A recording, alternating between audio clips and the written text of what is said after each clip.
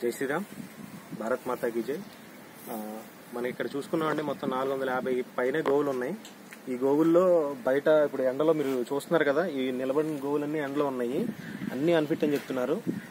మనకి మామూలుగా మూత్రం వేసేవి, విసర్జన చేసేవి ఉండే గోవులు ఏదైనా సరే మనకి అది ప్రాఫిట్ ఇస్తాయి ఎట్లాగైనా సరే. అవి కూడా అన్ప్రాఫిట్ అని చెప్పేసి ఇట్లా ముద్ర వేసారు. ఇవన్నీ రేపు పొద్దున మొత్తాన్ని వదిలి తీసుకెళ్లిపోయేటట్టున్నారు.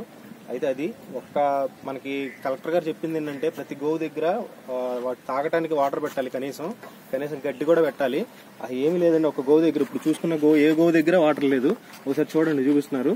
ఏ గోవు దగ్గర వాటర్ లేవు, కనీసం వాటి తిండి కూడా, గడ్డి కూడా లేదు సరైంది.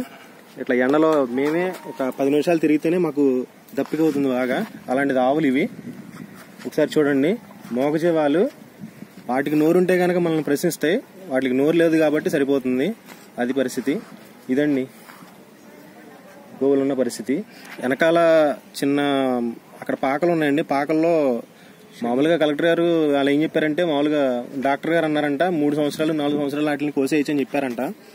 యాక్చువల్గా దాంట్లో ఉన్నాయండి మరి చిన్నపిల్లలండి అవి. వాటికి మరి 3 సంవత్సరాలు కూడా ఉండుండవు నాకు తెలిసి. మీకు వీడియోలో ఉన్నాయండి అవి కూడా తీసాం మేము. వాటిని కూడా ముద్ర ఇస్తారు. అదండి మరి జరుగుతున్నది. జై శ్రీరామ్.